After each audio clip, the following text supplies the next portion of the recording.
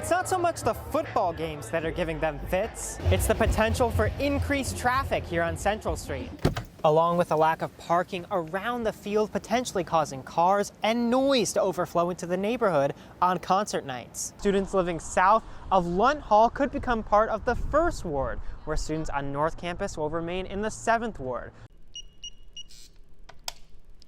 Hey everyone, today we're inside Walter Athletic Center for a behind-the-scenes tour of what it takes to keep some of the best Cats teams looking fresh. From one of the best to do the job, Becca Hubner. The story picks up last month when former volunteer Alicia Bopp put up a Facebook post alleging poor conditions for the animals at Rest Your Paws Pet Refuge. It's less than a week until the governor of Illinois is set to lift that statewide mask mandate, and news here in Evanston and at Northwestern could come at any moment. Many aren't committing one way or the other just yet. In fact, the common theme here seems to be I'll support him if he runs. While games kick off in less than 10 days, the media has been busy juggling a whole host of issues surrounding the 2022 World Cup. For now in Tallahassee, Logan Schiciano, WCTV Eyewitness News.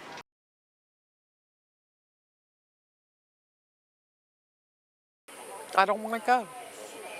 I'm not going to go without a fight. Melanie Payne Powell has owned a mobile home in Lake Bradford Estate since 1997. I bought that mobile home with my husband's death money so that I could keep a roof over our heads.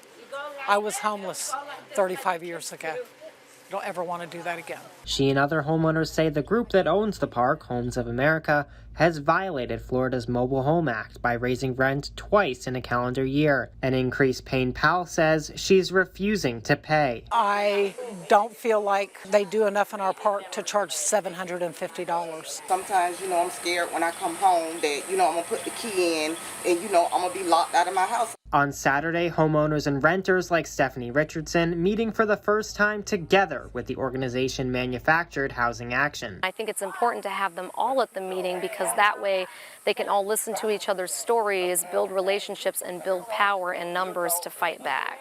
WCTV has previously reported on the conditions at Lake Bradford Estates, from sewage in one resident's bathtub to roaches in another couple's bed sheets. These are problems that residents say the park's management should address, but haven't. When you bring that to their attention, you don't get a response, so basically it's you taking care of the problem yourself. Now, the Homeowners Association did have a mediation hearing last month with Homes of America, but members say that reached an impasse. That's why homeowners and renters now are looking at new options, both legally and politically. I'm waiting for an eviction notice so that I can take it to court. I don't have a choice. I have to fight. MH Action says it plans to compile residents' complaints and submit them to the Department of Health and Code Enforcement. And our next step from there would be trying to meet with our local officials as well as our state and federal legislators, and maybe even work on some legislation to prevent this kind of thing from happening in the future. WCTV reached out to Lake Bradford Estates Mobile Home Park, and an employee told us they will not provide a statement in response to residents' concerns. In Tallahassee, Logan Schiciano, WCTV Eyewitness News. Would you say this was a scam? Completely a scam. The last few days haven't been easy for Amir Dib. What started as an 8-minute Lyft ride home from the Firestone on Appalachie Parkway quickly escalated. I received an email from Lyft's customer support stating that I had damages to my ride. Checked the email and saw that there was photos of vomit all over the vehicle. An $80 damage fee was tacked on for a mess he said he never made. Completely, blew me away. I was like, what damages? His wife taking to Facebook to share what happened. In the comments, she posted part of a picture which was submitted by Amir's Lyft driver, alleging that Dib was responsible, but Dib says he has proof that he wasn't. That's the time on the dashboard saying 9:10 a.m. and my Lyft was at 12:42 p.m. Dib also showed us some footage from his Ring doorbell. There's video footage of me standing by my garage with no vomit, anywhere on me. Over the weekend, Amir did get some good news. He finally got his money back from Lyft, but he did have to speak with 3 agents across 2 days in a process that he says was frustrating.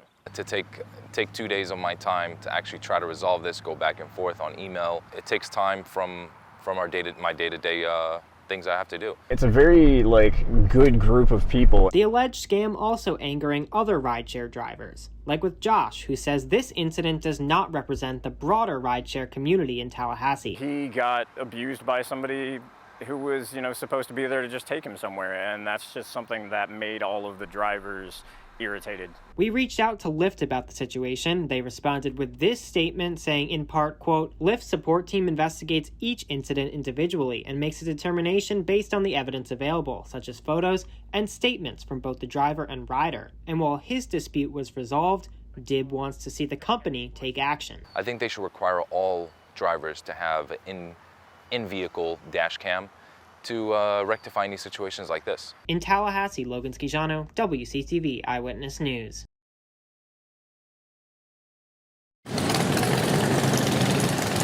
It was a procession more than 72 years in the making. Hundreds of veterans, family, and friends heading to Wayfair Cemetery to remember U.S. Army Corporal Dewey E. Ruis Jr. He understood that the beacon of hope that America stands for, not only to our fellow citizens, but also to people all over the world, is something worth fighting for. Ruis fought in the Korean War, but was just 18 when he was captured and later died as a prisoner of war in 1951.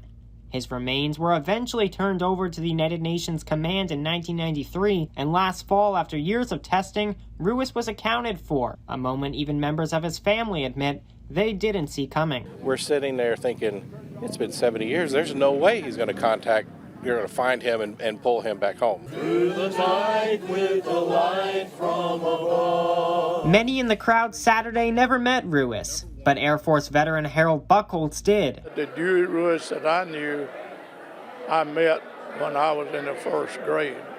And so he was, so far as I knew, he was a great man. Elected officials like Congressman Buddy Carter coming to award Ruis's family the Purple Heart. Think of all the things he missed out on. The joy of being married, the joy of a child. This is true patriotism. Dewey Ruis was a patriot. While the Ruises finally have Dewey back home, they know other families are still waiting for their loved ones. This is hope for them so that they can continue to have that hope and let their family members know. And Ruis's legacy will live on long after today. Many of the artifacts that the family has, including his medals and portraits, will be put on display here at the Eccles County Historical Society, which is planning an event for this Veterans Day. In Eccles County, Logan Schiciano, WCTV Eyewitness News.